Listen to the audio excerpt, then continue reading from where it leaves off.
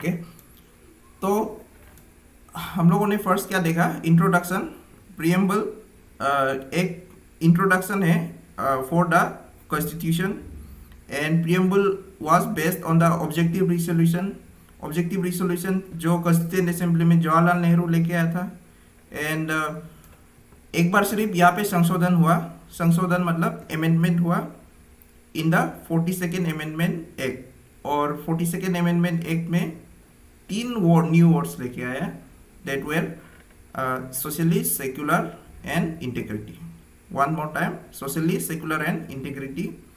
और कीवर्ड्स में सॉवरेन हम लोग देखा, सॉवरेन में क्या है, India is neither a dependent nor a dominant of other nation. इसका मतलब जो फाइनल अथॉरिटी है, the final power, the authority lies with the India और the Indian people itself. No external power controls India, ये है sovereign का मतलब। And socialist का मतलब ये है कि इंडिया जो डेमोक्रेटिक सोशलिज्म को मानता है, मतलब यहाँ पे जितना जितना यहाँ का पब्लिक है, जो भी तबके का, वो लोग को चांस दिया जाएगा, एक मतलब इक्वली वो लोग को मौका मिलेगा। एंड ये सोशलिज्म एंड कम्युनिज्म में ये फ़र्क है। कम्युनिस्ट देखिए, जब कार्ल मार्क्स का आइडिया आया था, मार्क्स ने क्या बोला था, ये पार्ट ऑफ ये जस्ट ये नहीं है, आपका सिलेबस का पार्ट नहीं है, ये हम थोड़ा ये थ्योरी में बता रहे हैं। थ्योरी में आप देखिए, कार्ल मार्क्स का बारे में सुना होगा। कार्ल मार्क्स ने ये सोशलिज्म एंड कम्युनिज्म का बारे में बताया था। तो कार्ल मार्क्स का कहना ये था, जब इंडस्ट्रियल रिवॉल्यूशन आ रहा था, इंडस्ट्रियल रिवॉल्यूशन आते समय में क्या है कि पहले जो राजा रजवाड़ा लोग पावर ये करता था, हड़प के रखता था। देन अभी क्या हो गया, यहाँ पे बुर्जुआर मतलब जो मिडिल क्लास है, मिडिल क्लास मतलब जो कैपिटलिस्ट वाला माइंड वाला लोग, वो लोग पावर को कब्जा करके रखेगा। जैसे कि जो जो बड़ा बड़ा इंडस्ट्री चलाएगा, ये लोग इसको पावर को कैप्चर करके रखेगा। एंड जो वर्किंग क्लास है, प्रोलेटेरिएट, वर्किंग क्लास तो क्या होता है, प्रोलेटेरिएट, प्रोलेटेरिएट लोग सफ़र करेगा। और ये मॉडर्न इसको स्ट्रक्चर को बदलने के लिए हम लोग को कम्युनिस्ट स्ट्रक्चर यहाँ पे लेके आना है, कम्युनिस्ट स्ट्रक्चर लेके आना है, ये मानना था मार्क्स का। तो देखिए, जब हम लोग डेमोक्रेसी का बात करता है, कैपिटलिज्म, चलिए इसको इकोनॉमिक वे में देखिएगा। जब कैपिटलिज्म बात करता है, कैपिटलिज्म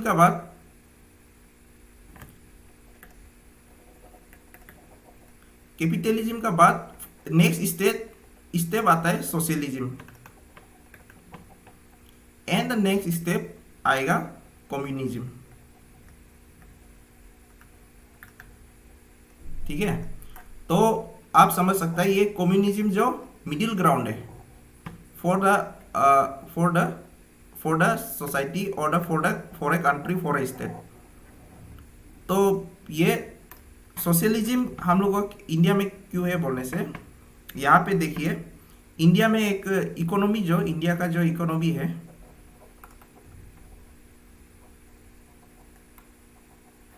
इकोनॉमिक स्ट्रक्चर जो है, इट इज मिक्स्ड इकोनॉमी।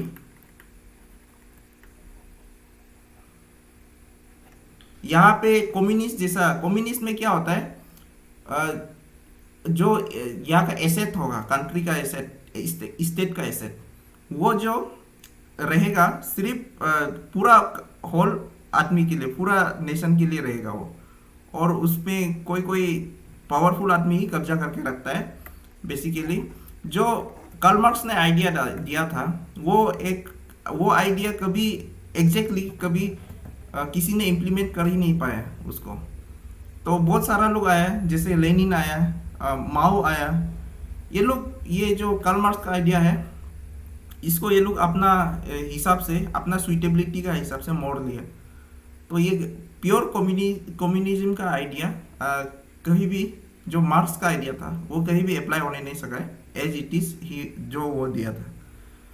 ठीक है, तो coming to this point, Indian economy क्या है? मिक्स्ड इकोनॉमी, जहां पे प्राइवेट प्रॉपर्टी भी होगा आदमी लोग का पास, प्लस पब्लिक प्रॉपर्टी भी होगा। पब्लिक प्रॉपर्टी मतलब जो गवर्नमेंट का प्रॉपर्टी होगा, और प्लस पब्लिक प्रॉपर्टी होगा। यहाँ पे जो कम्युनिज्म में है, यहाँ पे कोई प्राइवेट प्रॉपर्टी नहीं होता है, यहाँ पे सिर्फ पब्लिक प्रॉपर्टी होता है। तो अभी तक जितना कम्युनिज्म जो लाया है मोस्टली फेल रहा है, ये फेल स्ट्रक्चर रहा है। अभी तक जो है कैपिटलिज्म ही रूल कर रहा है ये दुनिया में। तो इंडिया में why it is socialist, because India में इसको ये डेमोक्रेटिक वे में लेके आना है सोशलिज्म को, और सब तबका का गरीब लोग को भी चांस देना है। जो कि सिर्फ अमीर है वो लोग के लिए नहीं होगा ये जो भी सिस्टम होगा। एंड इंडिया क्या को अप्लाई करता है मिक्स इकोनॉमी को, जहाँ पे private property plus public property होते हैं। That's why it is a socialist country. And next is secular. Secular देखिए, ये सेक्युलर का ये हम लोग का फंडामेंटल राइट में भी दिया हुआ है। ये फंडामेंटल राइट में जब हम लोग पढ़ेगा तब अच्छे से इसको डिटेली डिस्कस करेगा। फंडामेंटल राइट्स में ये आर्टिकल, हम अभी से आर्टिकल को ART लिखेगा, आप लोग समझ जाइए। ART, आर्ट जब लिख रहा होगा, ये हम आर्टिकल लिख रहे हैं, जो कि पॉलिटी में कोई आर्ट तो लिखेगा नहीं, तो आप समझ जाइए। तो आर्टिकल 25 to 28 में है ये सेक्युलरिज्म का बारे में। और ये आर्टिकल 25 to 28 को it is called the right to freedom of religion, right to freedom of religion. तो इंडिया में राइट है आप जो भी रिलीजन लेने का। एक्चुअल में अगर आप दुनिया में देखेगा तो सेक्युलरिज्म एक्चुअली तब निकला जब फ्रेंच रिवॉल्यूशन ये आ रहा था, वो सब में निकला। जो रिनाइसेंस था, रिनाइसेंस आप लोग सुना होगा, रिनाइसेंस पीरियड में निकला, क्योंकि ये उस समय में क्या था, चर्च डोमिनेट करके रखता था। चर्च जो बोलेगा वही रूल होगा, और जितना नॉलेज इम्पार्ट करना है, जो भी करना है, वो चर्च का थ्रू होगा। जो वो लोग पढ़ाएगा, दुनिया फ्लैट है तो फ्लैट है, उसको आप गोल है कोई भी है ये बोलेगा तो आपका खिलाफ कार्रवाई होगा, ये था। तो सेकुलरिज्म का आइडिया है, सेकुलरिज्म का आइडिया ये है कि कोई भी स्टेट, ठीक है, कोई भी state not like Arunachal Pradesh state like Indian state, जो कल state and nation and country का बारे में बताया था, तो हम ये स्टेट को बोल रहे हैं। तो कोई भी स्टेट में सेकुलरिज्म का मतलब अभी बता रहा है, कोई भी स्टेट में एक रिलीजन को एक महत्व नहीं दिया जाएगा। कोई भी रिलीजन, मतलब वो रिलीजन को महत्व नहीं दिया जाएगा, मतलब there will be no religion in a secular state. ये है सेकुलर का मीनिंग। लेकिन इंडिया में क्या है, इंडिया में इंडियन जो सेकुलरिज्म है, इट इज कॉल्ड, जो इंडियन कॉन्स्टिट्यूशन में दिया हुआ है,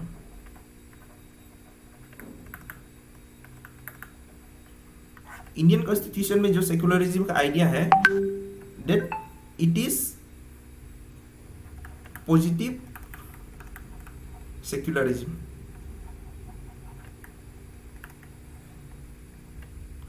पॉजिटिव सेकुलरिज्म का मतलब क्या है, all the religion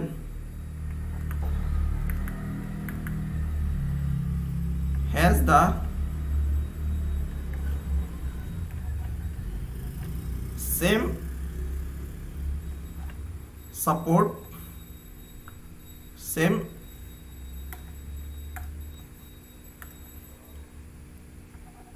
status and support from the state, from the state। ठीक है, तो यहाँ पे ये है कि इंडियन कॉन्स्टिट्यूशन का सेक्युलरिज्म का आइडिया ये है कि जो वर्ल्ड का सेक्युलरिज्म आइडिया तो हम बता दिया, जो अलग पार्ट जो सेक्युलरिज्म का मेन आइडिया है वो अलग है। जो इंडियन कॉन्स्टिट्यूशन का सेक्युलरिज्म का आइडिया है वो है कि आप जो भी रिलीजन मानिए, ठीक है, उसको गवर्नमेंट सपोर्ट करेगा, और कोई अगर उसको वायोलेट करता है तो उसको उसका ऊपर कार्रवाई होगा। ये है पॉजिटिव सेक्युलरिज्म का मतलब। एंड इंडिया का जो सेक्युलरिज्म है ये पॉजिटिव सेक्युलरिज्म है। और जो दुनिया का जो पहले सेक्युलरिज्म निकला था that is the negative secularism, जहाँ में स्टेट में कोई भी एक रिलीजन नहीं होगा। ठीक है,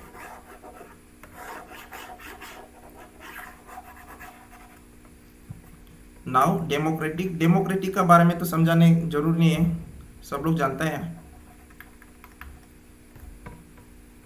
डेमोक्रेटिक मतलब पीपल हैज द फाइनल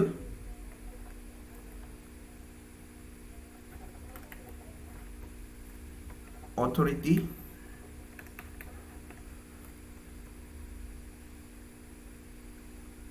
और power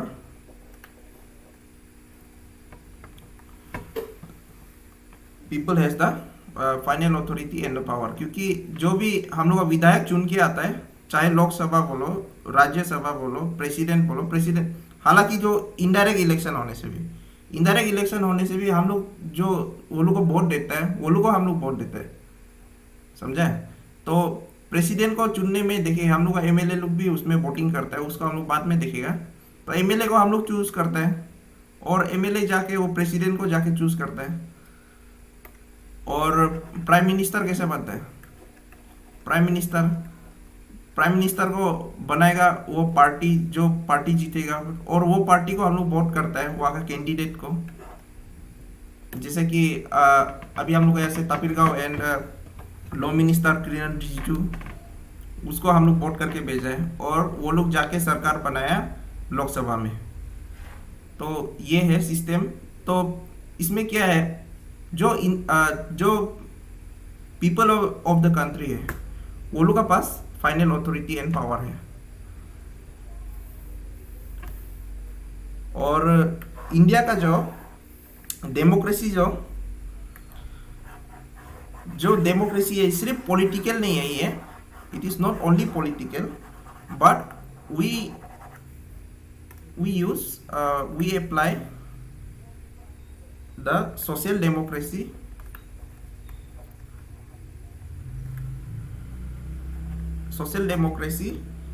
and economic democracy also।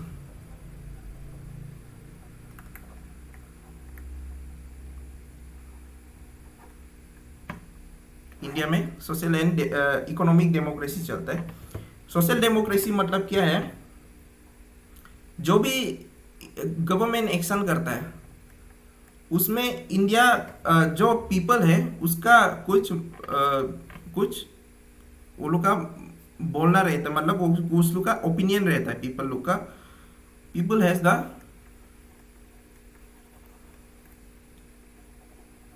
Have a से इन गवर्नमेंट्स एक्शन।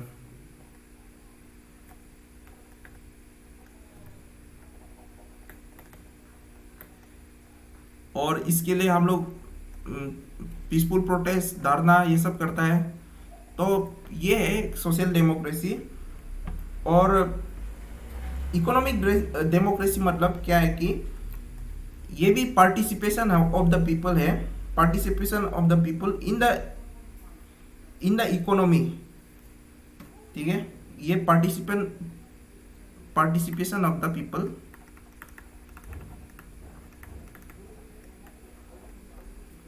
और कॉमन सिटीजन बोल सकते हैं आप,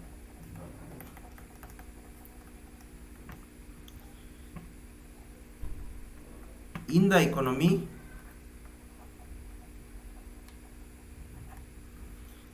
इरेस्पेक्टिव ऑफ वो कहीं से भी हो, सोशली वो कहीं से भी आया हो, जो क्लास हो उसका, कैटेगरी हो, रेस हो, सेक्स हो, जेंडर हो, जो भी हो, कलर हो, वो मायने नहीं रखता है।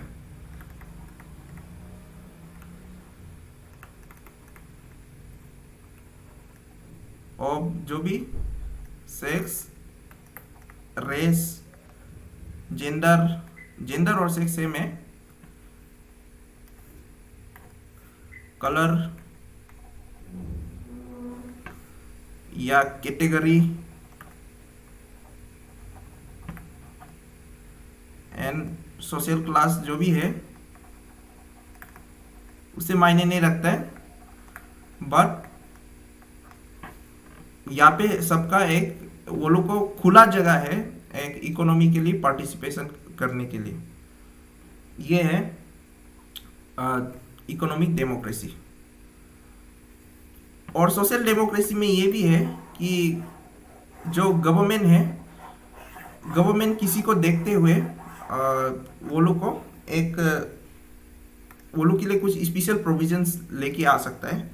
लाइक पुअर लोग के, जो कोविड में पुअर लोग था, वो लोग के लिए प्रधानमंत्री ये सस्ता में जो चावल दिया, वो सब that is part of the social democracy, ठीक है। And now let's see the Republic.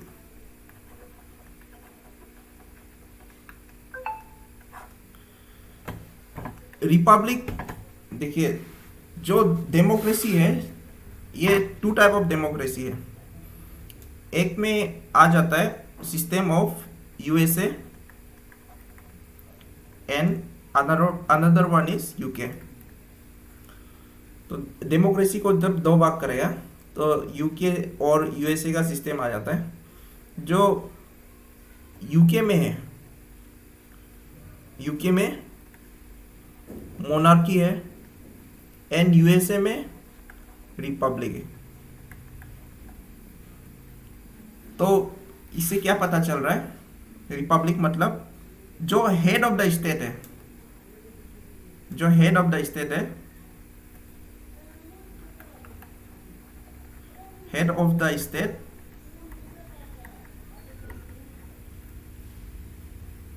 वो क्या होगा, head of the state will be elected. हालांकि हम लोग जो हेड ऑफ द स्टेट है, हेड ऑफ द स्टेट हम लोग का प्रेसिडेंट है और यूएसए में भी प्रेसिडेंट है, उसको इनडायरेक्टली वो चुना जाता है। बट वो हालांकि चुना तो जाता है, तो इसलिए इंडिया इज ए रिपब्लिक। तो इंडिया में हेड ऑफ द स्टेट को क्या करता है, इनडायरेक्टली इलेक्ट करता है। इसका प्रोसेस क्या क्या होता है उसको हम लोग जब प्रेसिडेंट को डिस्कस करेगा तब देखेगा। तो रिपब्लिक का मतलब आप समझ जाइए कि head of the state is elected by the people, जो जैसे भी हो सकता है, बाय डायरेक्ट इलेक्शन और इनडायरेक्ट इलेक्शन। ये है।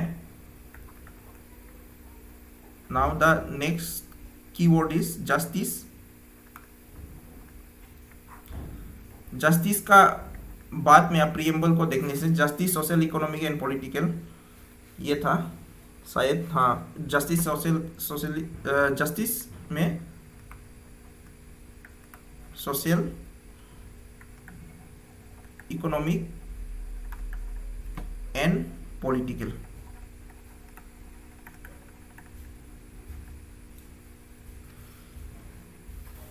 सोशल जस्टिस मतलब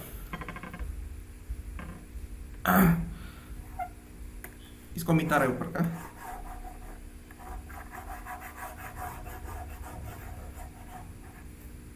चलिए एक एक को देखते हैं।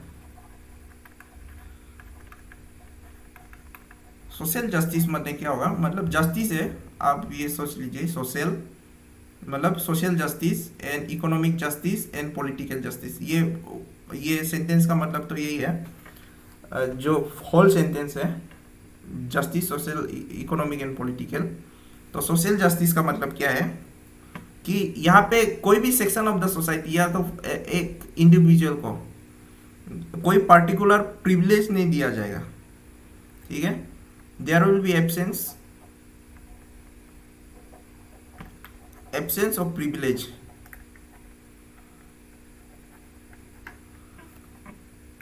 To any particular section of the society।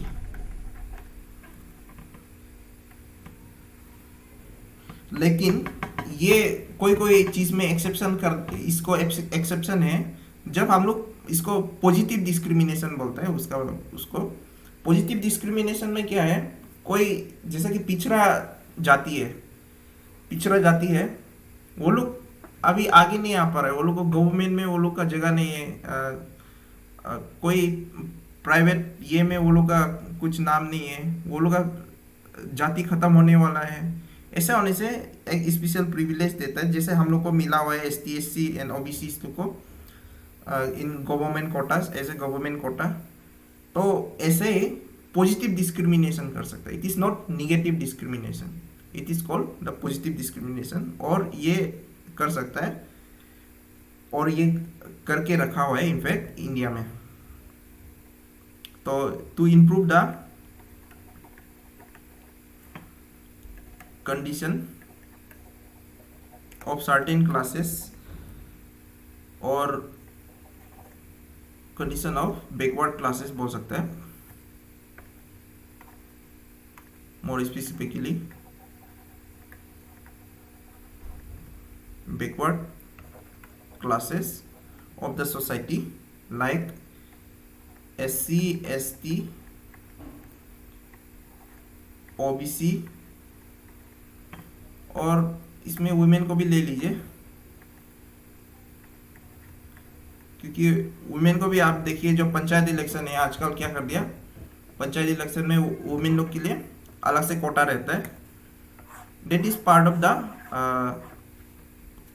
positive discrimination। Now economic justice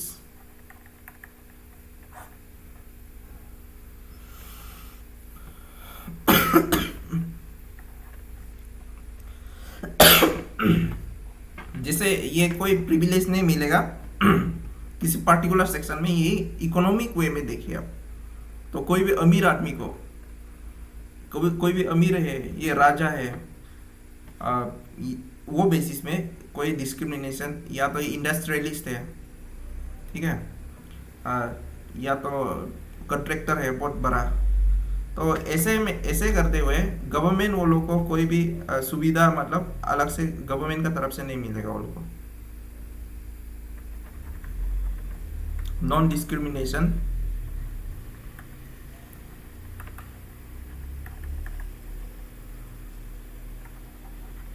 between people on the basis of economic factors।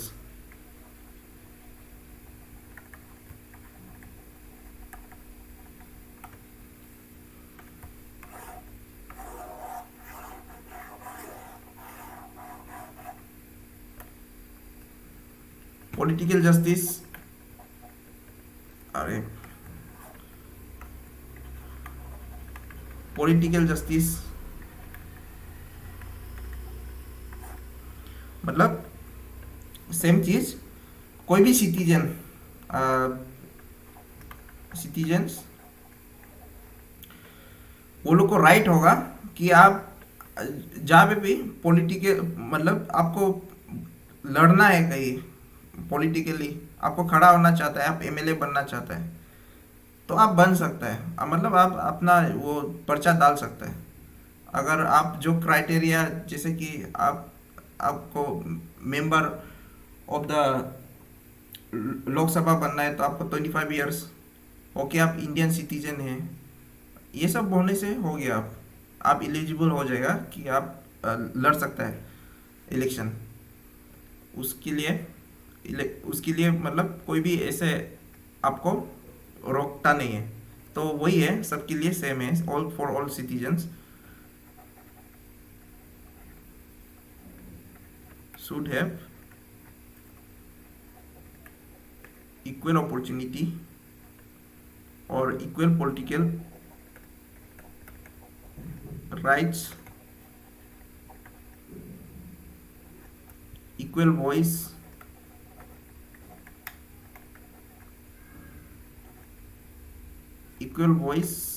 in the government, लिख दीजिए,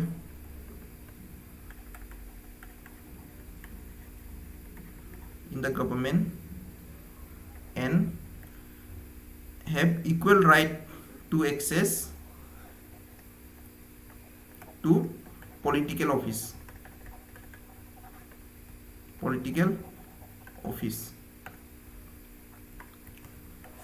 तो आप गरीब है तो आप ये लड़ नहीं सकता है, ऐसा नहीं है, आप आगे आ सकता है। That is called a political justice.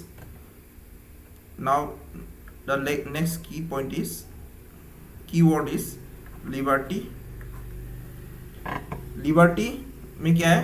Thought, expression, belief, faith and worship. Liberty यही है कि आपको कोई भी, it is absence of restaurant,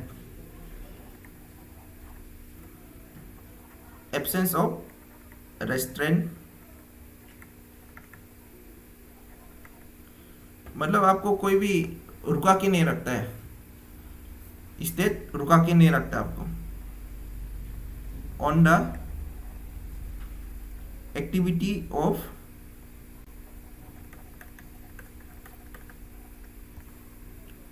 individual.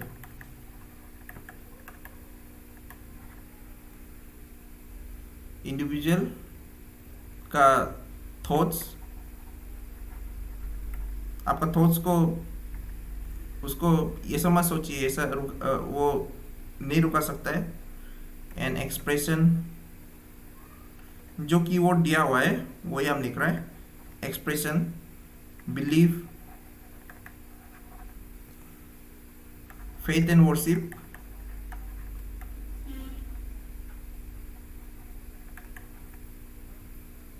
लेकिन ये लिबर्टी का मतलब ये नहीं कि आपको लाइसेंस मिल जाता है कि आप कुछ भी मनमानी करो, ये भी नहीं है लिबर्टी का मतलब।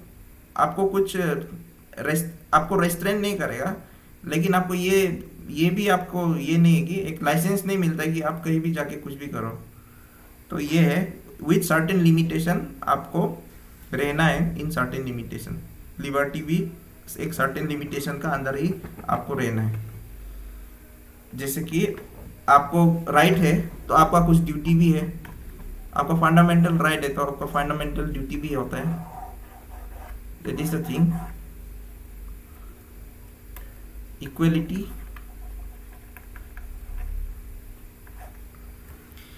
इक्वलिटी का बारे में हम लोग और विस्तार से पढ़ेगा in the fundamental right, equality of status and opportunity,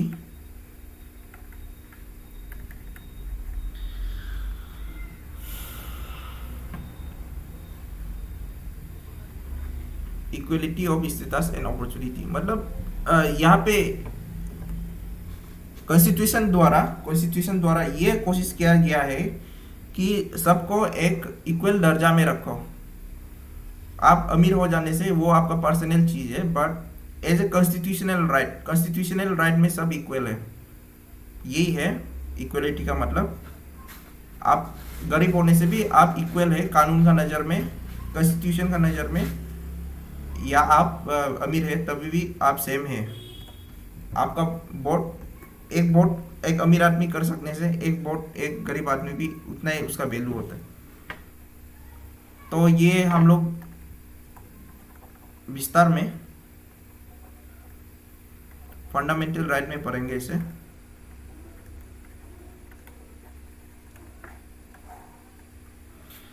और right to equality fundamental right में जो राइट टू इक्वलिटी है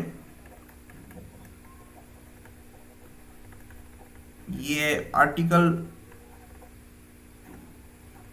14 टू 18 का अंदर में है।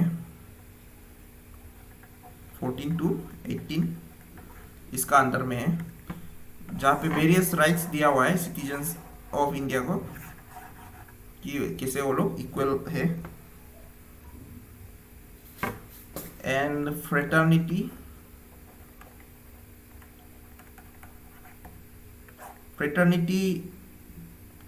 ये एक it is the sense of brotherhood।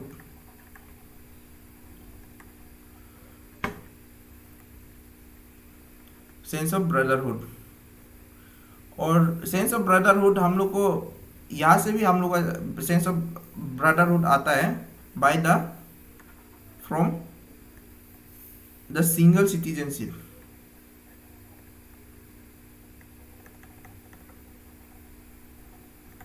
हम लोग का सिटीजन सिर्फ इंडियन सिटीजन है, चाहे वो पंजाब में रहो, चाहे वो केरल में रहो, चाहे महाराष्ट्र में रहो, सब सिंगल सिटीजन है। We are all Indians.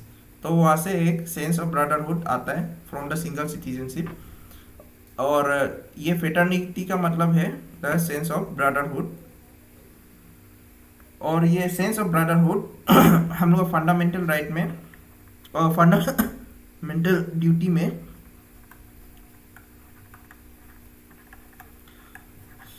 दिया गया है in the article 51A। Article 51A में क्या लिखा हुआ है? It has been written that it shall be the duty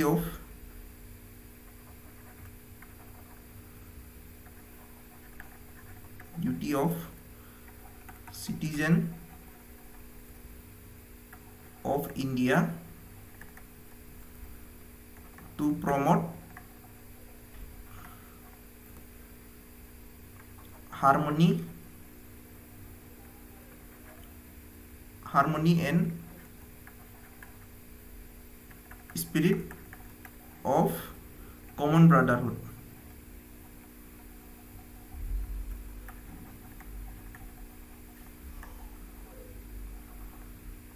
ठीक है, तो फेटर्निटी का मतलब एक सेंस ऑफ ब्रदरहुड, चाहे वो मुस्लिम हो या हिंदू हो, वो सब इंडियन है और हम लोग सेम है।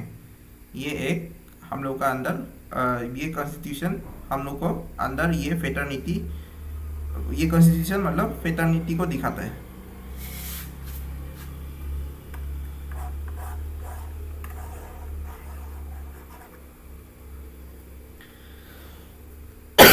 ठीक है, यही तक है। और पेटर्निटी में ये लिखा हुआ है कि तू यहाँ पे प्रोमोट यूनिटी एंड इंटीग्रिटी। तो सेंस ऑफ ब्रदरहुड आने से ही वो तो पॉसिबल होगा एक यूनिटी एंड इंटीग्रिटी आने के लिए।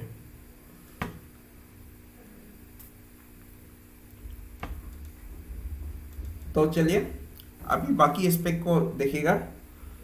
और लास्ट वाला सेंटेंस अगर आप प्रीएम्बल का देखेगा तो यहाँ पे ये लिखा हुआ है जो हम बताया था लास्ट क्लास में भी।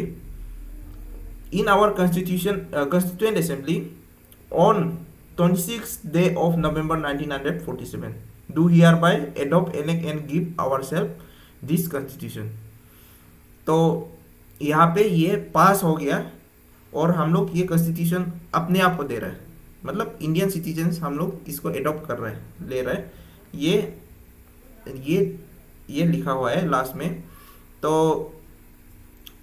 अभी when we gave ourselves the constitution ऐसे भी आ सकता है, when we adopted the constitution भी आ सकता है। When we adopted the constitution ये आने से आपको 26 नवंबर 1949 को चूज करना है।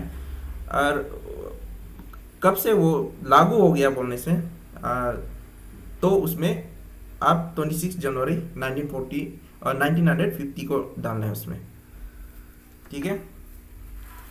तो कुछ कुछ पार्ट प्रियम्बल को लेके देखिए। प्रियम्बल का कॉन्स्टिट्यूशन में ये होता है कि इंडिया में, आप ब्रॉडली इंडिया में सोच लीजिए कि जो भी सुप्रीम कोर्ट कुछ पास करेगा, कुछ जजमेंट पास करेगा, वो जजमेंट लॉ बन जाता है इंडिया में। वो जजमेंट लॉ बन जाता है। एक तो होता है जो लोकसभा, राज्यसभा, पार्लियामेंट जो पास करेगा, अगर वो पार्लियामेंट जब पास करेगा तो वो बिल बन के आता है। मतलब वो बिल जो एक्ट बनने से पहले वो बिल रहता है। सिटीजन अमेंडमेंट बिल था, सीएबी, बहुत कंट्रोवर्सी हुआ था उसके लिए, सीएबी था। तो वो बिल जो जब प्रेसिडेंट एसेंट दे देता है, अपना अपना सिग्नेचर दे देता है, तो वो पास हो जाता है। उसके बाद वो एक्ट बन जाता है। ये एक सिस्टम हो गया यहाँ पे लॉ बनने का। और हाँ, एक लॉ बनने का। और मतलब ये कॉन्स्टिट्यूशन में ये मान लेना कि ये इसका इसका ये लॉ में ये कि ये अभी से ये सिद्ध हो गया कि यहाँ पे ये सिस्टम से चलेगा, अलग सिस्टम, ये सिस्टम से चलेगा। ये एक वे है। और एक है by the judgement of the supreme court. तो सुप्रीम कोर्ट जो भी जजमेंट देता है वो लीगली बाइंडिंग हो जाता है हर जगह इंडिया में। इंडिया में जो भी सुप्रीम कोर्ट अपना फैसला सुनाएगा वो बाइंडिंग हो जाएगा। और सुप्रीम कोर्ट का जो जजमेंट होता है वो अल्टीमेट होता है। उसका बाद और आप उसको रिव्यू के लिए दे सकते हैं, लेकिन जो आ गया जजमेंट, आ गया आपका फाइनली, उसका बाद और कोई हायर कोर्ट नहीं, आप कहीं और नहीं जा सकता है। तो वो है सुप्रीम कोर्ट का जजमेंट। तो प्रियम्बल को लेते हुए सुप्रीम कोर्ट का जजमेंट आया है, जहाँ पे डिफरेंट टाइम में, एक डिफरेंट समय में प्रियम्बल का बारे में वो लोग क्या क्या बोला है सुप्रीम कोर्ट, वो देखते हैं अभी।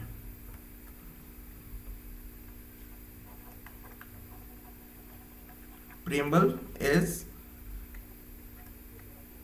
Part of constitution.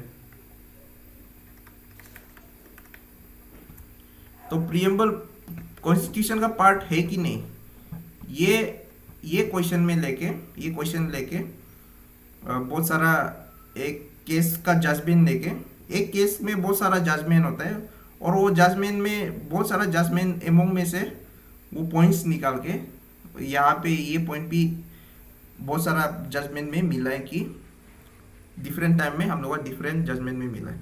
तो फर्स्ट केस आया था, it was Berubari case. Berubari case ये 1960 को। और बेरूबारी केस में सुप्रीम कोर्ट का जजमेंट ये था,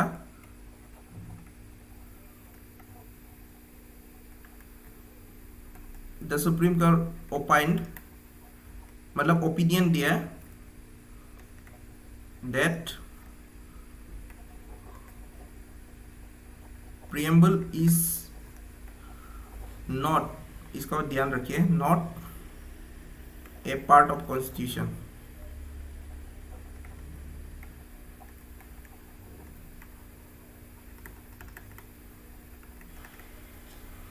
then the famous case Keshavananda Bharati, आप लोग सुना होगा इसका बारे में।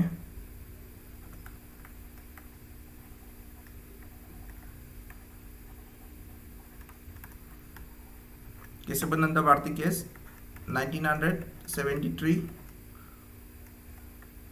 ये सबसे फेमस केस है इंडिया का। और इससे अभी तक भी विवाद चलता है between the executive part of the government and judiciary, ठीक है। तो यहाँ पे एक टर्म निकाल के आ गया, ये हम एक्स्ट्रा नॉलेज के लिए बता रहे हैं आपको। एक टर्म निकाल के आ गया यहाँ पे, जुडिशियल एक्टिविज्म। जुडिशियल एक्टिविज्म मतलब ये केशवानंद भारती का बाद एक्चुअली एक यहाँ पे एक चीज़ निकला है कि जो हम लोग का जुडिशरी है, जो लेजिस्लेचर है, सॉरी नॉट जुडिशरी, लेजिस्लेचर, जो कानून पास करता है, वो लोग जो भी कानून पास कर सकता है, बट ये होना है कि वो लोग जो basic structure of the constitution,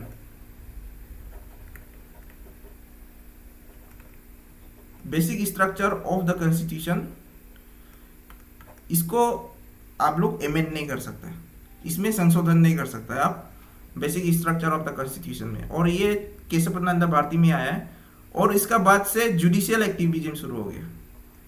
तो अभी कुछ कुछ लॉ बनाएगा, तो अगर सुप्रीम कोर्ट को लगेगा नहीं ये जो बेसिक स्ट्रक्चर है जो बना के रखा हुआ है इसमें एक खिलवाड़ कर रहा है ये लेजिस्लेचर का ये रूल, तो उसको वो खारिज कर देगा सुप्रीम कोर्ट। और यहाँ से बन के आया द जुडिशियल एक्टिविज्म, ये एक टर्म है judicial activism. It's all part of your mains, ये सब मेंस के लिए आप लोग को जानना जरूरी है। तो फिलहाल अभी तो इम्पोर्टेंट नहीं है, क्योंकि हम प्रीलिम्स पर्सपेक्टिव से देख रहे हैं, एक फैक्ट पॉइंट ऑफ व्यू से देख रहे हैं। तो केशवानंद भारती केस में एक ये भी जजमेंट निकल के आया है, हालांकि बहुत सारा जजमेंट आया है, जैसे कि हम ये एक जजमेंट में ये बोला है बेसिक स्ट्रक्चर, तो वो भी एक जजमेंट में ही आया है। एक जजमेंट बहुत सारा, बहुत लंबा होता है, एक जजमेंट 4-5 पेज का होता है, तो वहाँ पे बहुत सारा बात होता है। एंड वहाँ में से एक बात है that preamble will be considered, that it is part of the constitution।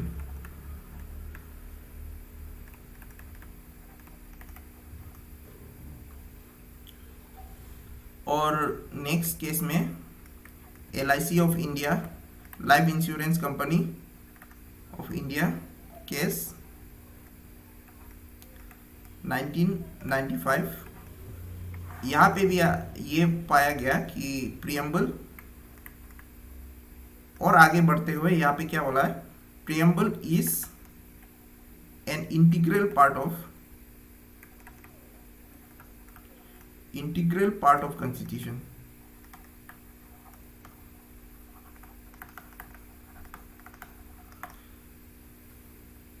मतलब एक बहुत मेजर, इंटीग्रल मतलब एक मेजर पार्ट है कॉन्स्टिट्यूशन का। ये जजमेंट आया है, ये 3 जजमेंट शुरू में बेरोबारी में बोला था कि ये पार्ट ऑफ कॉन्स्टिट्यूशन नहीं है, और यहाँ पे ये 2 केसेस में क्या बोला है कि it is part of the constitution. बाद में और इसको स्ट्रॉन्ग जजमेंट देते हुए बोला कि it is major part of the constitution. तो अभी हालांकि ये जजमेंट जो होता है टाइम टू टाइम वो चेंज भी होता है, ठीक है, जितना फैक्ट्स आएगा, जितना आदमी का मेंटेलिटी भी तो चेंज होता है, सोसाइटी का मेंटेलिटी चेंज होता है, तो वहाँ से भी इफेक्ट पड़ता है। तो ठीक है, फिर से टू द टॉपिक, प्रीएम्बल देखिए। अभी करेंट ओपिनियन क्या है, करेंट ओपिनियन प्रीएम्बल का बारे में अभी करेंट ओपिनियन क्या है, that it is non justiciable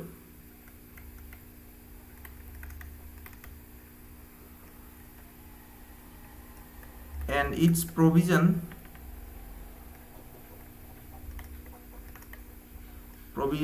are not enforceable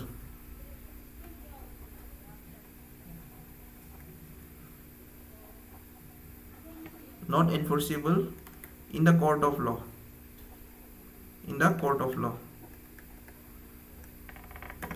इसका मतलब ये है कि आप ये नहीं बोल सकते कि देखिए प्रीएम्बल में ये लिखा हुआ है, और ये जो प्रियम्बल में लिखा हुआ है इससे उल्टा हो रहा है मेरा साथ, तो इसलिए हमको जस्टिस दीजिए। जो प्रियम्बल में ऐसा लिखा हुआ है तो हमको जस्टिस चाहिए, ये आप कोर्ट में जाके नहीं बोल सकेगा, because it is not justiciable and it is not enforceable in the court of law. इसका मतलब ये है, ये सेंटेंस का मतलब जो प्रियम्बल में लिखा हुआ है उसको आप जाके कोर्ट में जस्टिस नहीं मांग सकता है, एंड वो एनफोर्सेबल नहीं होगा कोर्ट में, जो भी प्रियम्बल में लिखा हुआ है। और इसका अमेंडमेंट का बारे में देखते हैं कि इसको अमेंड कर सकता है कि नहीं कर सकता है।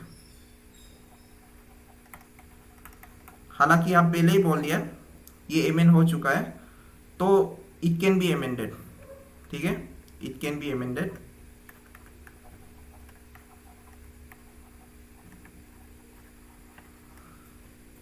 बट यहाँ पे कंडीशन है, और वो कंडीशन क्या है कि आप अमेंडमेंट तो कर सकता है, लेकिन आपका उसको basic structure of the constitution को अमेंड नहीं कर सकता है।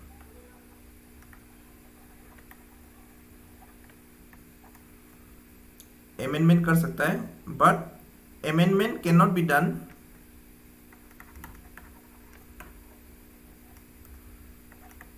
टू द बेसिक स्ट्रक्चर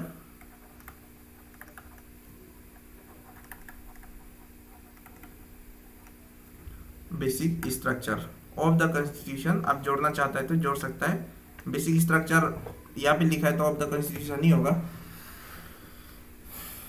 तो जो कॉन्स्टिट्यूशन पहले का फाउंडिंग फादर्स लोगों ने दिया था, जैसे वहाँ पे जो भी दिया है, फंडामेंटल राइट होगा, डीपीएसपी होगा, ये होगा, वहाँ का एक फिलोसॉफी है हम लोग का, मतलब ओवरऑल ये कॉन्स्टिट्यूशन क्या बोलना चाहता है, तो उसको आप अमेंड नहीं कर सकता है, ठीक है।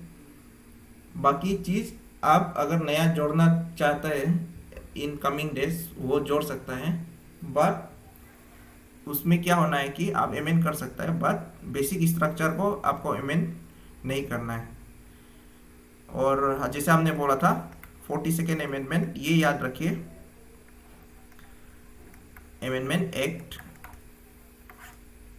यहाँ पे 3 वर्ड नया जोड़ा गया था, दैट वाज सोशलिस्ट, सेक्युलर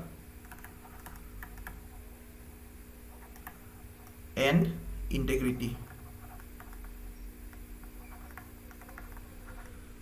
ठीक है। चलिए, ये तो हो गया प्रियम्बल।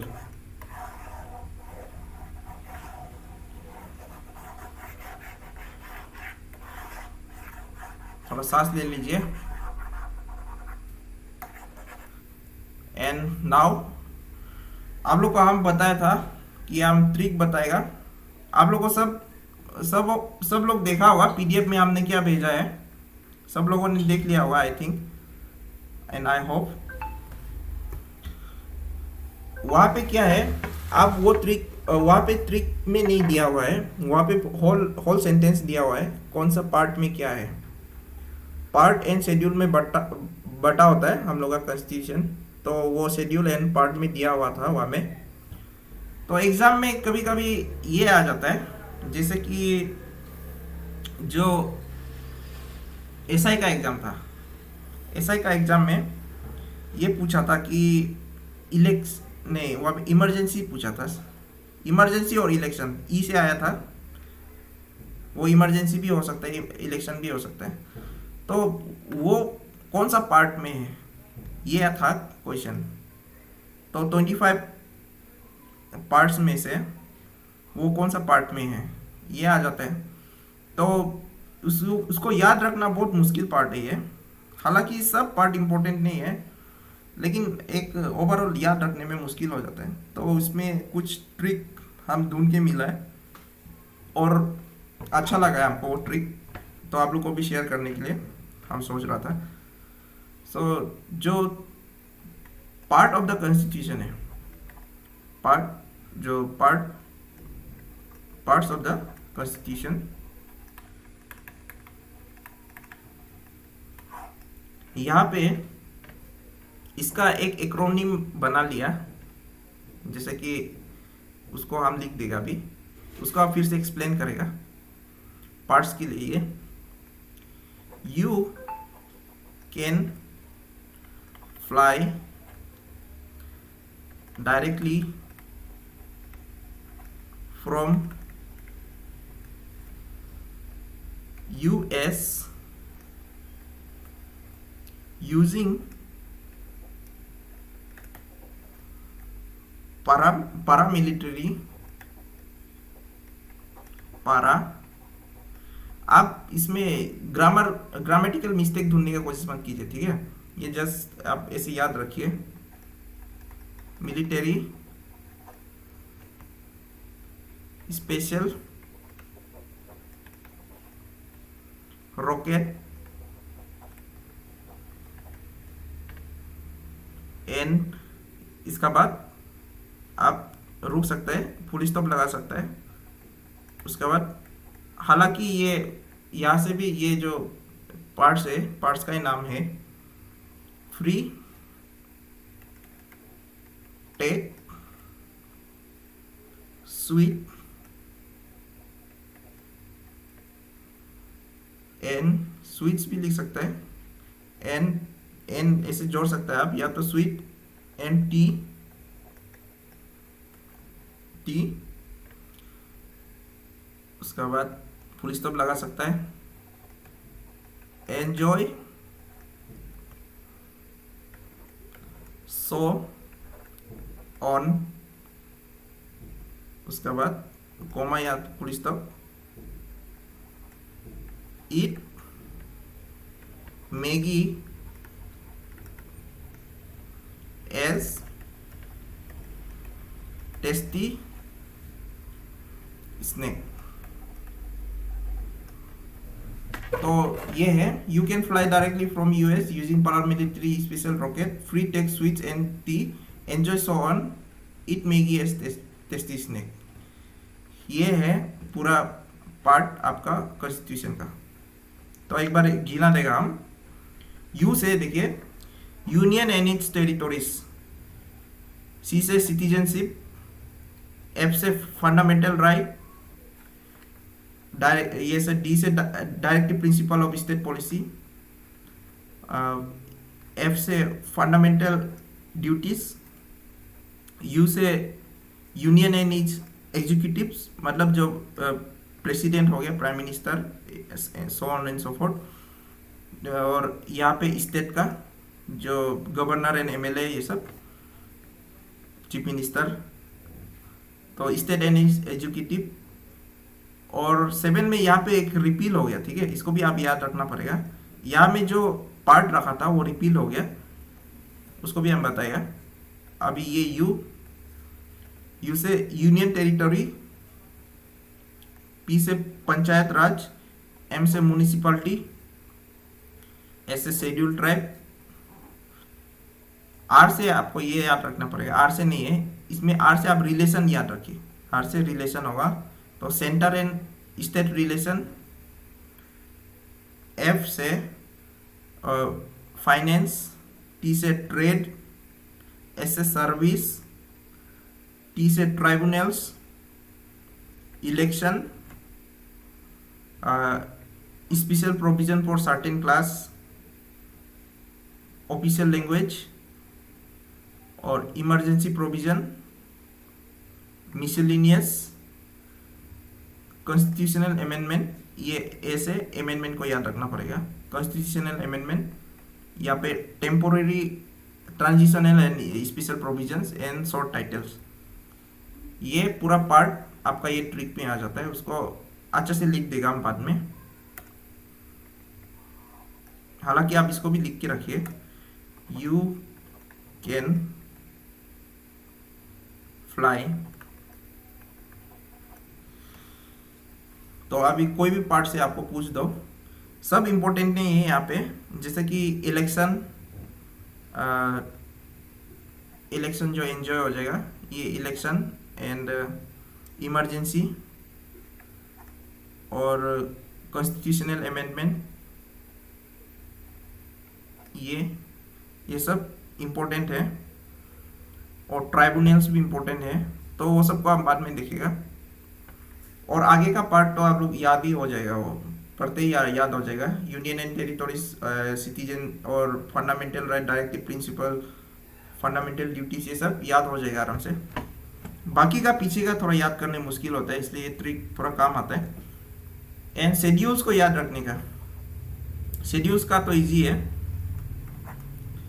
शेड्यूल्स का टीयर्स ऑफ ऑल पीएम, आप यहाँ पे ग्रामर यूज करने की कोशिश मत कीजिए। यहाँ पे टीयर्स ऑफ एन ऑल होना चाहिए था, ऐसे वो सब करने जरूरी नहीं है। तो फर्स्ट टी से टेरिटोरीज याद रखिए। टेरिटोरीज देखिए, वो जो हम जो मेन दिया हुआ था वहाँ पे थोड़ा लंबा से दिया हुआ है। टेरिटोरीज सिर्फ टेरिटोरी नहीं दिया होगा वहाँ पे, उसको आपको देखना है, ठीक है। लेकिन ये जस्ट याद रखने के लिए, ये जस्ट याद रखने के लिए। तो टेरिटोरीज, ये एम्यूलमेंट, एम्यूलमेंट जो ये है सैलरी एंड एम्यूलमेंट बोलता है, तो आप एम्यूलमेंट याद रख लीजिए, तो सैलरी भी वहाँ में आ जाएगा। सैलरी जो जजेस लोग का salaries and officers, auditor general, ये लोग का सैलरीज लोग, एम्यूलमेंट, सैलरीज एंड एम्यूलमेंट। तो ये एम्यूलमेंट से याद रखिए इसको। ये एफर्मेशन, ऑथ एंड एफर्मेशन, ये प्रोविजंस ऑफ राज्यसभा, राज्यसभा से याद रखिए, आर से Rajya Sabha. Schedule area, schedule area में जो एडमिनिस्ट्रेटिव कंट्रोल होगा वो सब शेड्यूल एरिया। और other schedule area, federal structure, federal structure में हम बताया था कि ये लिस्ट होता है यहाँ पे, union list, state list and concurrent list, और रेसिडुअरी पावर सेंटर का पास होता है। एंड ओ से ऑफिशियल लैंग्वेज, एल से लैंड रिफॉर्मेशंस, डी से डिफेक्शन, पंचायत, म्युनिसिपैलिटीज। तो यहाँ पे 1 2 3 4 5 6 7 8 9 10 11 12, ये 12 शेड्यूल पूरा आ जाता है। तो ये ट्रिक है याद रखने का। चलिए इसको क्लियरली लिख देता है एक बार।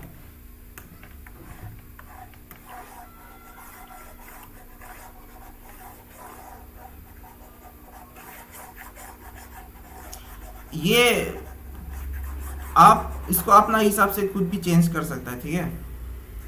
ये ट्रिक मतलब ये कुछ, ये ऐसा नहीं कि हार्ड एंड फास्ट नहीं है कि जो हम लिखा रहा है वही हो सकता है। यू कैन फ्लाई को आप यू कैन फील भी लिख सकते हैं, या जो भी लिख सकते हैं। यूनाइटेड कैन फिल्म भी लिख सकते हैं, जो भी, मतलब आप जैसे आपको सुविधा है वैसा लिखिए। बस ये ट्रिक है, आप इसको जिसे लिखने मन है लिख सकता है। तो फर्स्ट पार्ट्स का लिखिएगा, जो पार्ट्स है। यू, ये part 1 of the constitution, union and it's territories,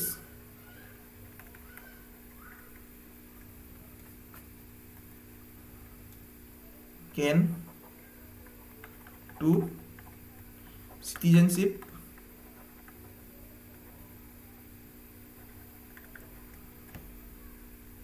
fly 3 fundamental rights,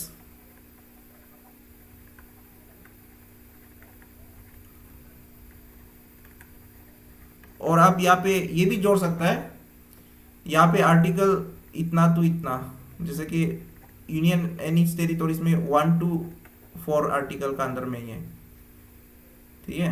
ऐसे आप जोड़ सकता है, ये आपका मर्जी, आप जैसे भी इसको मॉडिफाई कर सकते हैं। Directly for DPSP from 4A। आप इसमें 5 मत लिख दीजिए, नहीं तो गलती हो जाएगा, इसको भी याद रखना पड़ेगा। यहाँ पे 4A है, तो इसलिए इसलिए हम लोग यहाँ में 25 पार्ट है बोलते हैं। 25 पार्ट 1 2 3 4 डायरेक्ट ऐसा नहीं है, किसी में 4A है, और म्यूनिसिपलिटी भी ऐसा हो जाएगा। पंचायत 9 है तो म्यूनिसिपलिटी 9A हो जाएगा। और बाकी कुछ रिपील भी हुआ है, मतलब डिकमीशन हो गया, तो वो सब फैक्टर्स भी है, तो वो सब मिला के 25 पार्ट्स होता है। तो फ्रॉम से fundamental duties,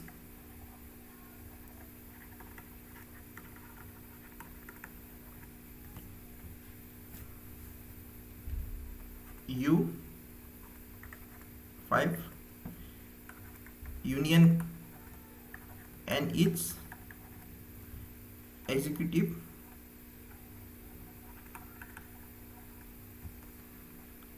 S6 state and executive,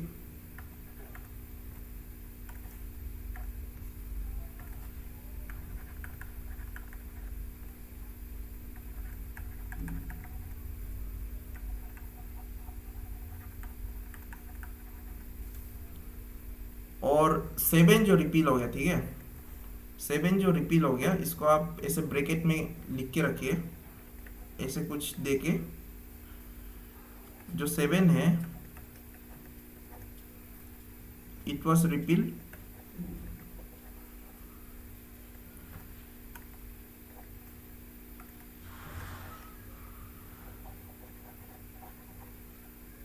bye 7th amendment,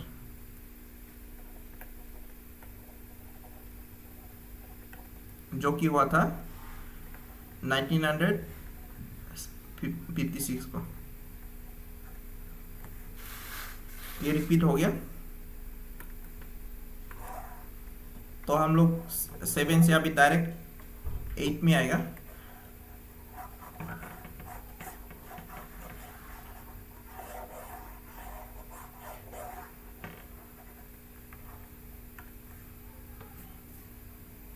seven हो गया था 8 using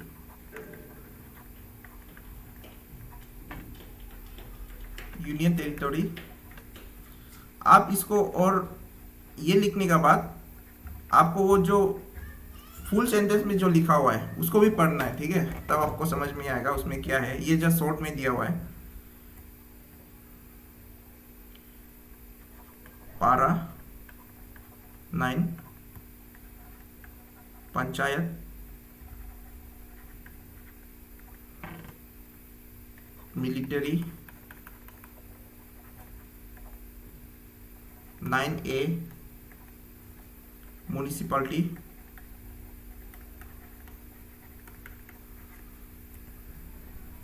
special 10 schedule tribe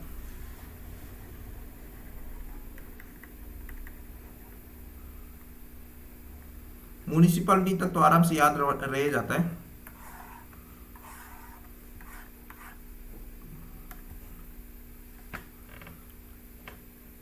special rocket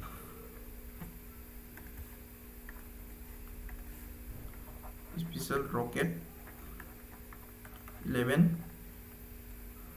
rocket में आर को याद रखिए, ठीक है, relation centre and state relation.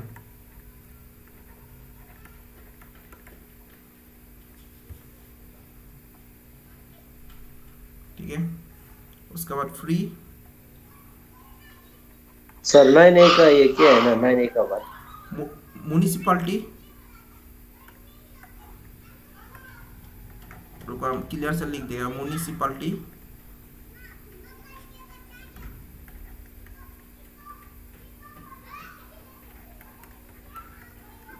Municipality है ये। उसका बाद फ्री, इसको आप थोड़ा गैप देके ये इसको अलग से सेंटेंस ऐसा बनाने से ज़्यादा ठीक होता है। फ्री टेक यहाँ से शुरू करने से।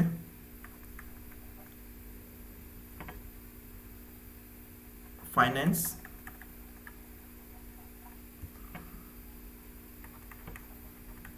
टेक, 13 ट्रेड,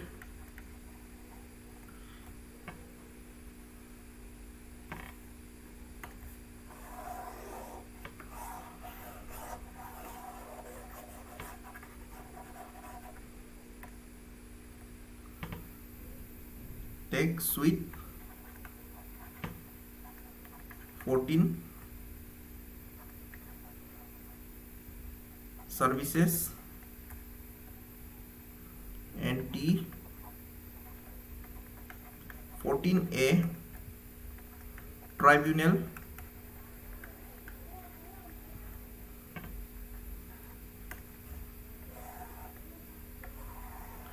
ट्राइब्यूनल्स लोग ये है, ये लोग कोर्ट जैसा है। हर एक डिपार्टमेंट का एक ट्राइब्यूनल होता है। वो मतलब हर चीज़ कोर्ट में जाने से ज़्यादा बहुत लेट से काम करता है, इसलिए ट्राइब्यूनल बनाता है ताकि और स्पीडी हो सकेगा चीज़ लोग। एंजॉय, 15 इलेक्शन, इसको याद रखिए। 16 special provision,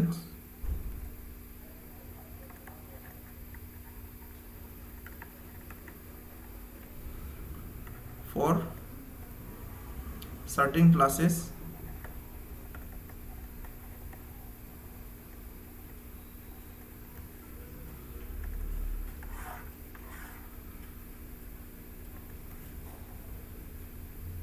if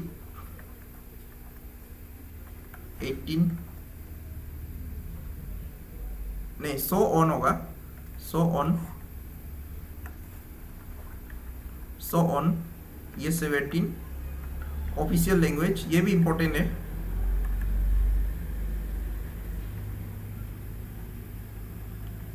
language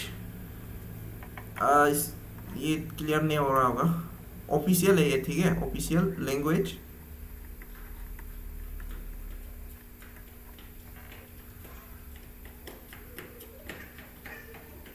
eat 18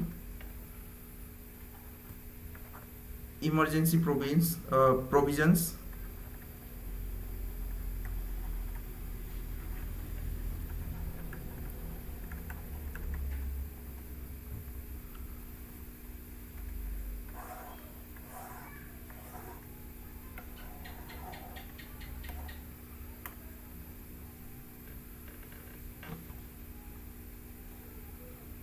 eat Maggie as a tasty snack, Maggie 19 miscellaneous,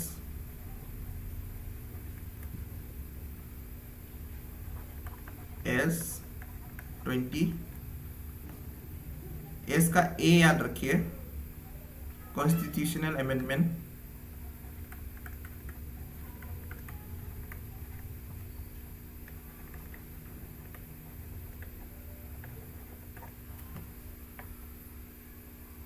tasty 21 temporary transition and special provision.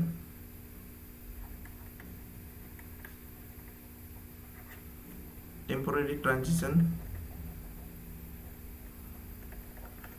तो transitional and special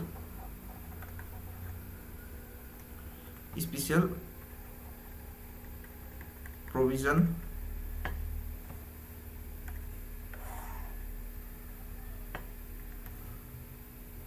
snack 22 short title.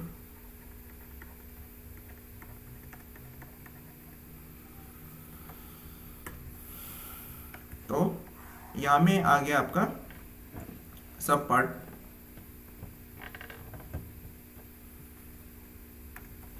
अभी शेड्यूल्स को देखते हैं।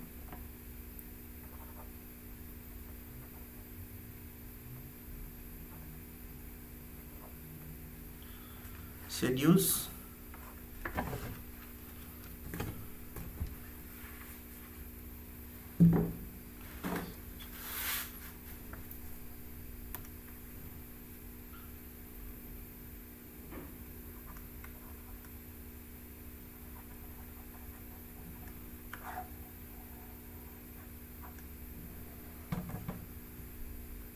फर्स्ट में टीयर्स ऑफ ऑल पीएम होगा, तो T first,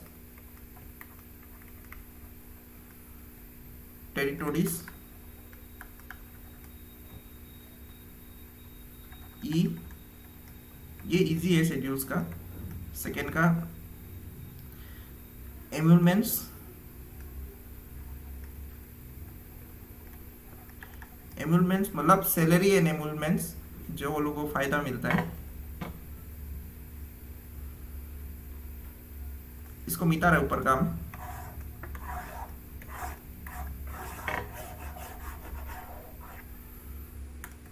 tears of all PM, T A ये third, affirmations, oath and affirmations, अब वहां पे भी देखना पड़ेगा। अभी ये याद रखना पड़ेगा, एफर्मेशन मतलब ऑथ एंड एफर्मेशन होता है। Fourth, Rajya Sabha, the provisions of Rajya Sabha, कुछ ऐसा लिखा होगा वहां पे। S, schedule area,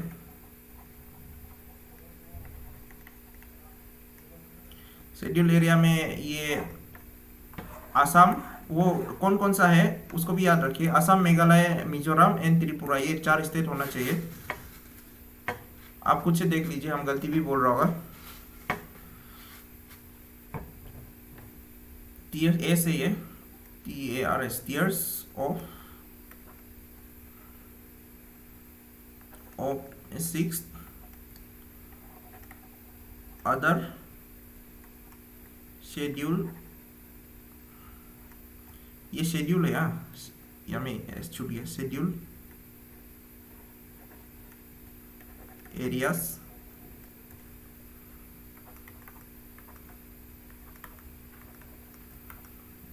federal structure,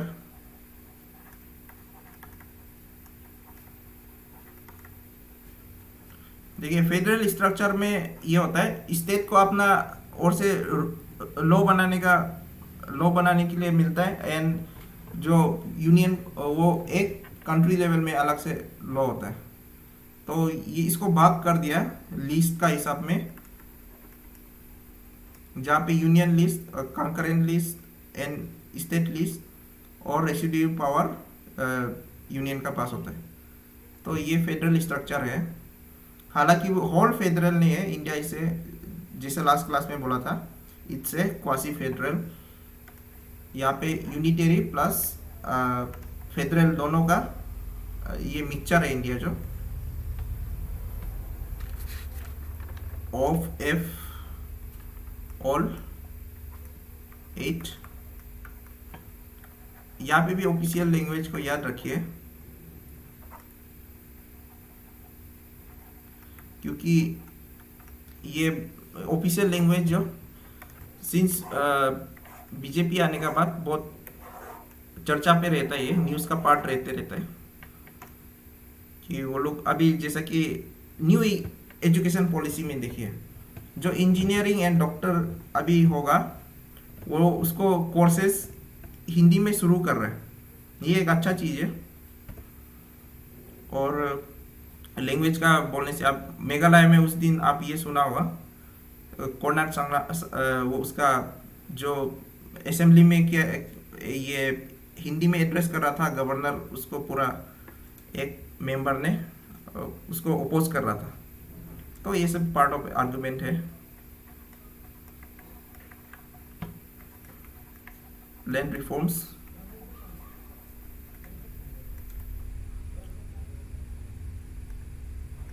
D, ये भी बहुत इंपॉर्टेंट है, डिफेक्शन। डिफेक्शन जो देखिए बाद में हम लोग इलेक्शन जब डिस्कस करेगा तब डिस्कस करेगा। यहाँ पे डिफेक्शन जो ये है, एक जैसे कि आप कांग्रेस से जीत के आए, कांग्रेस से जीत के आने के बाद आप देखा है आपको आपको बीजेपी में जाने का आपका मूड हो गया, तो आप नहीं जा सकेगा। आप जाएगा तो आपका वो ये जो आपका मेंबर का जो पोस्ट है वो ये हो जाएगा, डिफेक्ट हो जाएगा। मतलब वो आप वो मेंबर बनने से नहीं बन पाएगा आप। लेकिन ये कुछ मेजोरिटी, जैसे कि कुछ मेजोरिटी दिया हुआ है वहाँ पे, वो मेजोरिटी लेके बहुत सारा लोग एक बार में डिफेक्ट करने से वो डिफेक्शन नहीं लगता है, एंटी डिफेक्शन बोलता है, वो नहीं लगता है। तो डिफेक्शन वही है, आप पार्टी चेंज नहीं करने के लिए ये डिफेक्शन जो है। पहले ये ऐसा नहीं था, बाद में ये डिफेक्शन को लेके आया है लॉ को, और ये 10 शेड्यूल में है, ये एग्जाम में भी आया है। डी पी पंचायत, पंचायत भी इम्पोर्टेंट है दोनों में, पार्ट में और शेड्यूल में दोनों में। और 12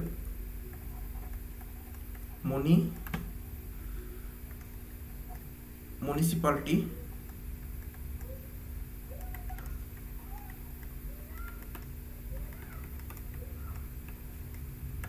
म्युनिसिपैलिटीज। तो ये एक तरीका है याद रखने का, हम सोचे आप लोग को हेल्प करेगा ये रहेगा। तो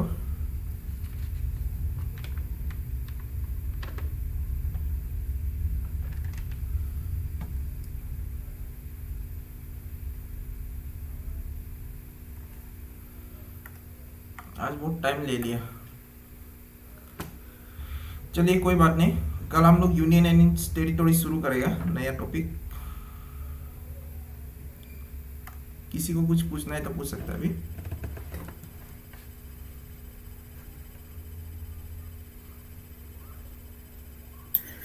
सर क्या पार्ट का हिसाब से जाएगा ना, ये प्रेसिडेंट लोग को पहले वो करेगा? नहीं, हम डायरेक्ट सीधा जाएगा, जैसे कॉन्स्टिट्यूशन में पार्ट्स में दिया हुआ है, जैसे यूनियन एंड इट्स टेरिटोरीज दिया हुआ है, तो यूनियन एंड इट्स टेरिटोरी से शुरू करेगा सीधा, ठीक है। ऐसा अभी सिंस यहाँ पे बहुत नया नया भी है, तो सीरियल वाइज जैसे है कॉन्स्टिट्यूशन दिया हुआ है वैसे जाएगा।